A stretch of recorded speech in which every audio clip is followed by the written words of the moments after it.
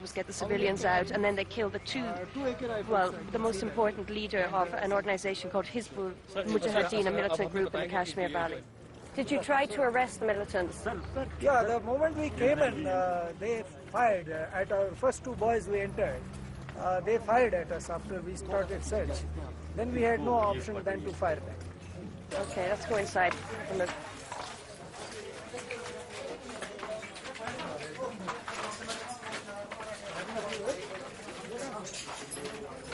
This must be where they were killed, I think, because there's so much blood in here. I wondered how the family who lived in the house had escaped uninjured. But how did you get the civilians out if the militants were hiding in here? You see, once you get to know of the target house, the first thing you do is that you send a message to them. One of the soldiers has told me, but he can't say it on camera, that they sent a message to the civilians in this house, the owners, to get out, and then they proceeded to shoot when the militants fired on them. There's no way of knowing at the moment whether or not the owners of the house had harboured the militants because they wanted to or because they were forced to.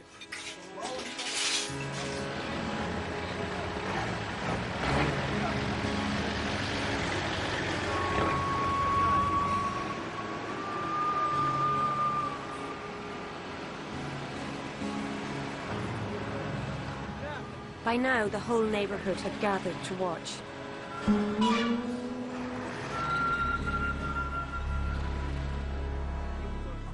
What do you think about what's just happened here? A curious story began to unfold. But he says he doesn't think that the militants were killed in the house. He thinks they were brought from somewhere. The crowd challenged the army's version. This man said it's just like a drama, and another man has said that the crowd don't believe that the militants were killed in that house. It would have taken a lot longer to kill them than the 4 hours, because they could have moved from room to room and defended themselves better. Later, we returned to meet the owners of the house, the Kani family. It's dangerous to talk to the press, but they wanted to tell their story. Why is she so upset? What happened at her house? At 8 p.m., forces come and they said, we want to search here. And they said us, inside your family, please tell him come out.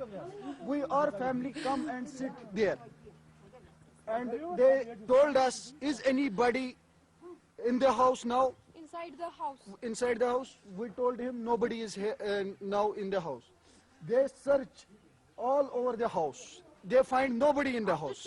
The family is really shocked. They said that they told the family to go into this house, into the room, and they shut the curtains and said, shut the door. And half an hour later, the security forces arrived in a car, and the family here said they brought the 2 militants with them. The militants were not hiding in the house. They'd never seen them. And then they staged a fake encounter, put the men in there in that room, and they all fired at them for 3 hours and staged this encounter. Far from being supporters of the militants, the family said their father had once been captured by them and tortured until they paid a ransom. This torture is done by the Hizbul Mujahideen to my father. And this is done by the Indian army.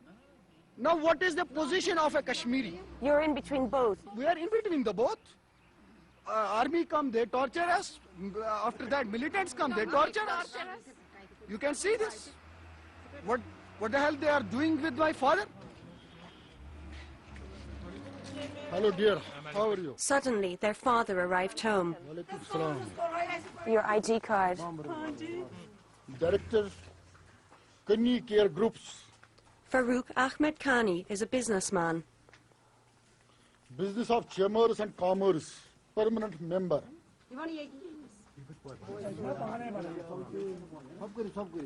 Income tax Indian, citizenships.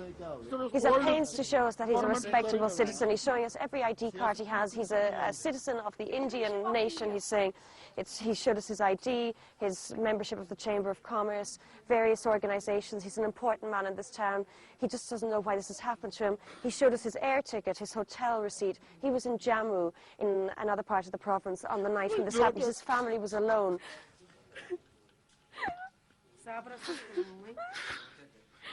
The family's story that the security forces had executed the militants, then staged the shootout, was supported by other eyewitnesses. The security forces stand by their version of events.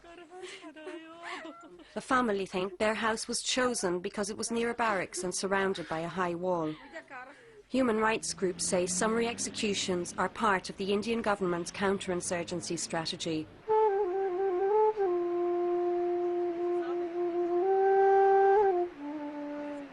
We left Srinagar for the remote villages near the line of control, the front line between Indian and Pakistani-controlled Kashmir.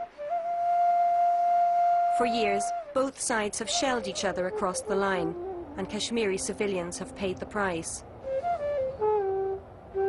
Now there is a ceasefire. India and Pakistan are holding high-level talks about Kashmir's future. We've been stopped. We've got to produce our cards every few hundred meters because the security cordon is so tight.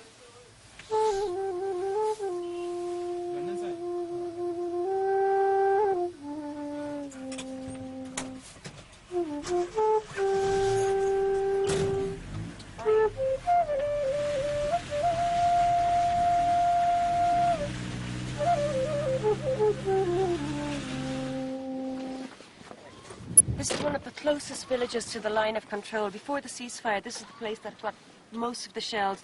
They were constantly fired from across the border by Pakistani troops.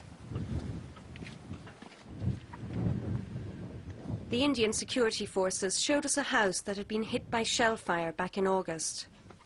And you can see the remnants. You can see there's the perforations made with it. Yes. We're protected by a ridge here, but on the other side of the ridge, there by that mountain is the line of control. The snow-capped mountain is in Pakistan. This was one of thousands of houses hit by shells. A shell was fired from the mountains over on the Pakistani side, came through the roof where the big hole is, hit the floor in here, and then went into this room where children were sleeping. She's the girl who was hurt in that. It was hurt in that extent only. Yeah. 9-year-old Masrat was sleeping here with her cousins, 6-year-old Asar and 4-year-old Masan. Musfir, ask you this question. What happened to your cousins?